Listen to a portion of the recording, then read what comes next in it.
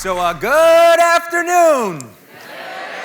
All right, I got to wake y'all up because it's after lunch and I don't want you all out there multitasking. If this was my class, I would actually walk out there and make sure you're not on your computers and devices. But I'm super excited to be here today. I want to thank the sponsors, and the invitation was really amazing because I get to step out here and share something with you, a few ideas that I'm super passionate about. And I want to talk about something. I'm going to put it out there right now. It's a phrase. I'm going to use it throughout the talk, and it's called identity loyalty. And my premise today, watch this, guys. And listen, I might start preaching up here, so be very careful. The premise today is identity loyalty. We need to understand it. We need to, as marketers, harness it as a powerful motivator to understand how consumers can connect with us at the deepest level possible. So I'm going to be talking today about this notion about identity loyalty. I'm going to tell you what it is. It's something that I've been studying my entire academic career, and I find it fascinating because I remember when I was a high school student trying to figure out who I was as I entered high school for the first time, and I saw all the different personas and possible social category labels that I could take on, and trying to figure out how I navigate this process of identification and becoming something and aspiring to be something, and how that is a powerful journey that we take on throughout the life course. And we try to become self-aware and answer the questions about who we are. And my argument today is that products, brands, services, organizations, and other people play a role in helping us self-define. So I'm going to be talking about this notion, about this paradox. To get control, you have to give up control. Okay? And what I mean by that, I'm going to unpack this. I'm going to, as marketers, explain this process of how identification is changing our understanding of identity, our ways of measuring it, our ways of capturing it, and all of these different shifts in consumer behavior that we all have to be aware of now to be smart, savvy, and successful marketers. So I want to start by just going to this because we are in the post-pandemic, okay? And the little picture here of this obsessive navel-gazing is meant to represent what happened, right? When they told us to shelter in place, when they told us we're not sure what might happen if you go out there without a mask, if when we thought about the uncertainty, and we were talking about this a little bit earlier today with the talk around scarcity and what Kelly was talking about, but the notion of this uncertainty unlocked a kind of different perspective, right? I think we all can think about ourselves as consumers and how we're different now, right? And so one of the things that's really important in our lives is, and what we're noticing in the research that I'm doing on identification and identity, is that people are now starting to question everything, right? So now, okay, wait a minute, should I be doing this thing in an office 5 days a week? Wait a second, right? So you're questioning everything now. You're trying to understand and ask the question in this post-pandemic reality, what is important to me? What do I really care about? What is really the purpose of why I'm here? And that amplification of those self-awareness types of questions really became super elevated for lots and lots of people. What that meant that if you were a brand, product, service, or organization, and you had not done your homework with respect to building something deeper with your consumers and your customers, then you're going to end up, or you probably ended up on the wrong end of that stick. And the reason is because once people look inside and say, what's important to me? Do I need all this stuff? Do I need all of these things? Do I need all of these objects to make meaning? Right? You may begin to ask yourself, what can I get rid of? And brands that had not created something better than just a transaction found themselves in big trouble.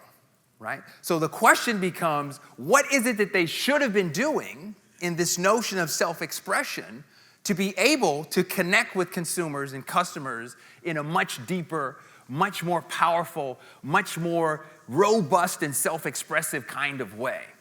And that's why I say it's like, listen, we're in a new world reality now, and we have to think about how are we going to overcome this potential crisis this existential crisis that some consumers are having as they think about this question about who it is that they are and what it is that they want to become. And when I think about it, I think about this idea that when you think about crisis, right, a crisis of understanding of self and how that plays out in the marketplace. I love this depiction because in this particular analysis, this is the Chinese term for crisis, and it's made up of two characters.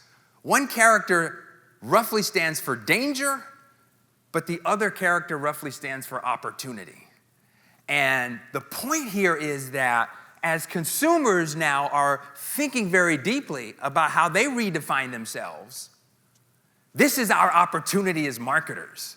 This is our opportunity to create something that's much deeper, that's much more connected, that has much more sustainability, because in some senses, we're not just trying to sell something, we're trying to do something a lot greater. And my argument, and what I've been studying for 25 years, is that something that we create or try to create that's greater is gonna have a very powerful connection to our identity. Now, here's a question for you. I want you to think about your day-to-day activities. I want you to think about your behaviors.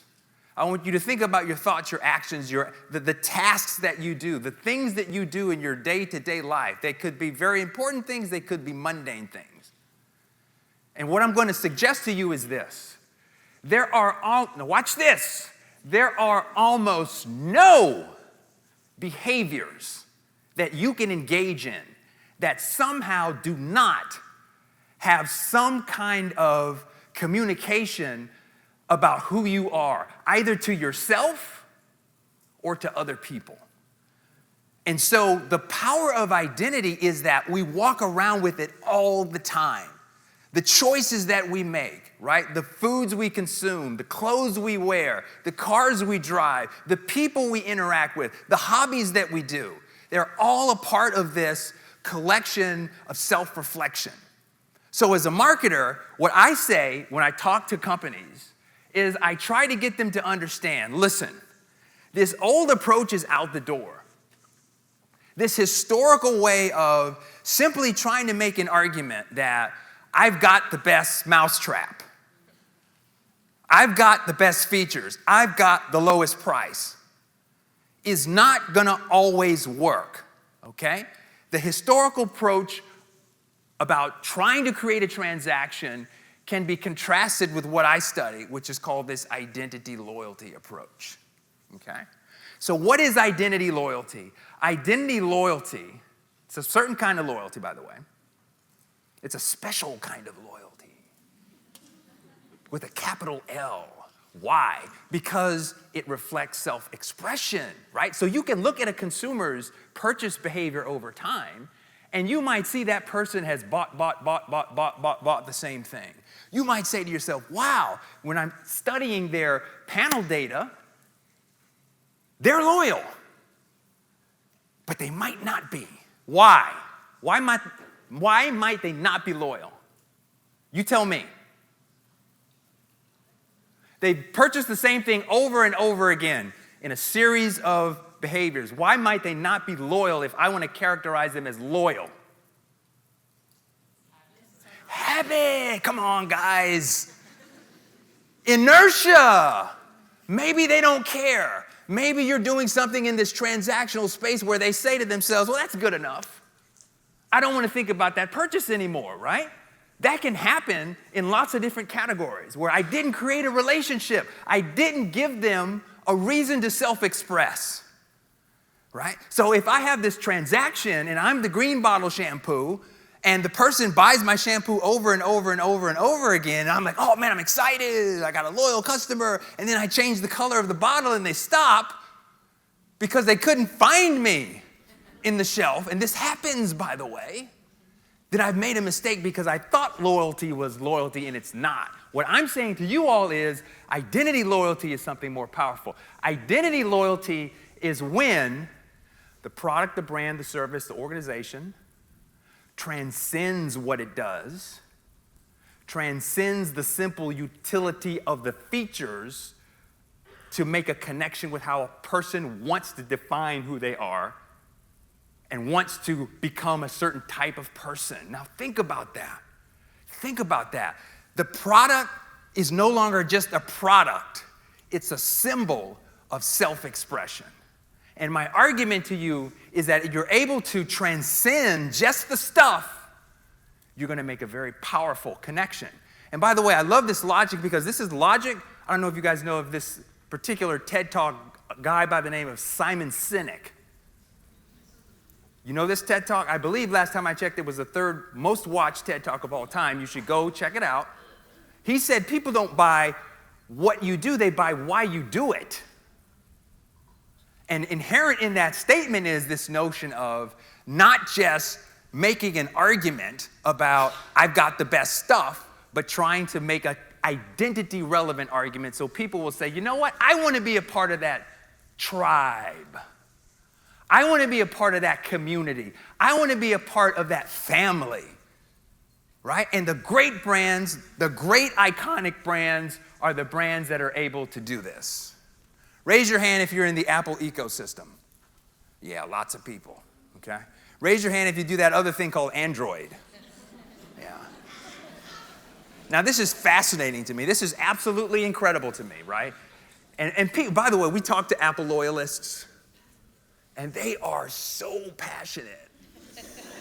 They will swear to you that this is so much better than everything else that's out there, right? And why? It's because the folks at Apple understood if I create something that is powerful and identity expressive, then I can create a psychological differentiation, right? Watch this, if I give them a language. So for example, if I tell you that it is an iPhone, right? It's an iPod. You see what they're doing? It's an iPad. It's an iPod. You know what they're doing? They're giving you language. Why? So that when you talk about the iPod, you don't realize it's just an MP3 player. But branded, right? To put in that kinetic, identity relevant energy into what it is that they're doing. And I'm saying that this identity needs to be there, right? And by the way, this was genius because this was a moment where Apple not only created its own identity. By the way, what is the Apple identity?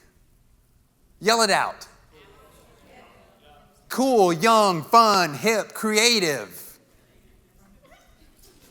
So if you're cool, fun, young, hip, creative, like this guy, then we're your brand, right? Not only are they communicating that, they're communicating and branding the other side. Oh. You see how smart that is? Never let your competitors brand you. Never, ever let your competitors brand you. You need to be in control of your own brand identity. You need to be out there getting people to self-express. Getting people to understand that it's not just the stuff, but it's something deeper. Now, what's super interesting about this is it parlays into this question that is buzzing around people's minds, which is this notion of why does this work, Americus? And it works because humans want to feel good about themselves. They want to be part of a tribe. They want that collective energy, right? And the brand communities can bring that in. In our research, when we talk to people who are super loyal, super identity loyal, they have here's what happens when you reach that level. And by the way, it is marketing nirvana, identity loyalty. Why? 3 things happen. Number 1, they become your brand ambassador. They become a one-man, one-woman marketing department for free. Okay? When they are identity loyal. Number 2, they'll be willing to pay more. So in our research, we find a very strong correlation between identity loyalty, this connection between self-expression, and willing to pay price premium. Why do you think that's the case? Why is that the case? If you're super identity loyal, why would you pay more? Trust, right? I'm investing in myself. Oh, guys, come on, watch this. I'm investing in myself. Of course I want to pay more, right? The other thing which is amazing is that you create a loyal army to do your bidding.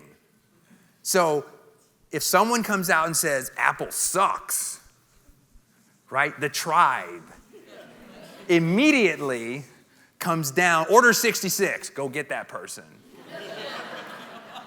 Right? Because we have to defend who we are. Why? Because when you are identity loyal, an attack on that brand is an attack on you. And when you have that attack, you're going to respond.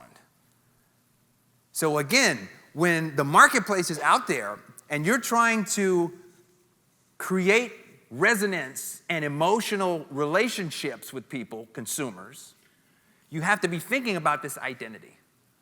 And by the way, let me point out another thing that's super interesting about this. We as people are multidimensional in our identities. So one of the things that I always try to understand is, who are these people, right? And I love this point with respect to the earlier talk, where I love that point that Molly made, where she said, we already stepped back from people when we started doing the cloud research type of stuff. And now we're about to step back further in terms of, doing AI synthetic research, which is a concept I can't wrap my head around. I just can't. And it made me realize that that's exactly the opposite of what we should be doing. We should be sociologically obsessed with our customers. We should be in their homes. We should be like Jane Goodall in the jungle, just watching them, observing. What are they doing? What makes them happy? How are they engaging with each other? We should be doing the opposite of that stuff. Why? Because they are now part of this community that creates with us. So in some senses, we now have, and this is the reason why I titled the talk, you have to give up control to get control. And marketers are scared of this, right? They're scared of this because in the traditional world, we would make a message, we would send out our message, and consumers would hear it on traditional advertising, and there it is, and we're done. But now we have this two-way communication. It's very important for two reasons. Number one, now they are in the conversation with us with respect to creating what it is that we create as a brand. And by the way, a brand, let's not forget, a brand is not your logo. It's not your tagline. It's not your aesthetic colors on the website. A brand is your meaning system. Oh, you didn't catch it. Your brand is the meaning system that describes your why and gives consumers a reason to connect with you so that they say, I want to be part of creating that. I want to have some of that kinetic energy, and I want to be a member of this with you. So the new model is now bidirectional in terms of communication, right? And that little cell phone they have, which is now their TV, right? They can talk to each other and react to you in real time. And so you have to give up that kind of control, but that's okay because you're helping them in their process of self-expression. And so the power in this is to say, let's give up some of this control and let's bring them in and ask them to be part of this self-expressive thought exercise that creates this kind of resonance and connection. And the smart marketers are doing this. For example, we do a live radio program on Sirius XM, channel 132, business radio powered by the Word School. Sorry, that's just burned into my... But on this radio show, on the last week's episode, we brought in the senior vice president of marketing for Doritos, and it was a really fascinating conversation. They said, you know what we're going to do?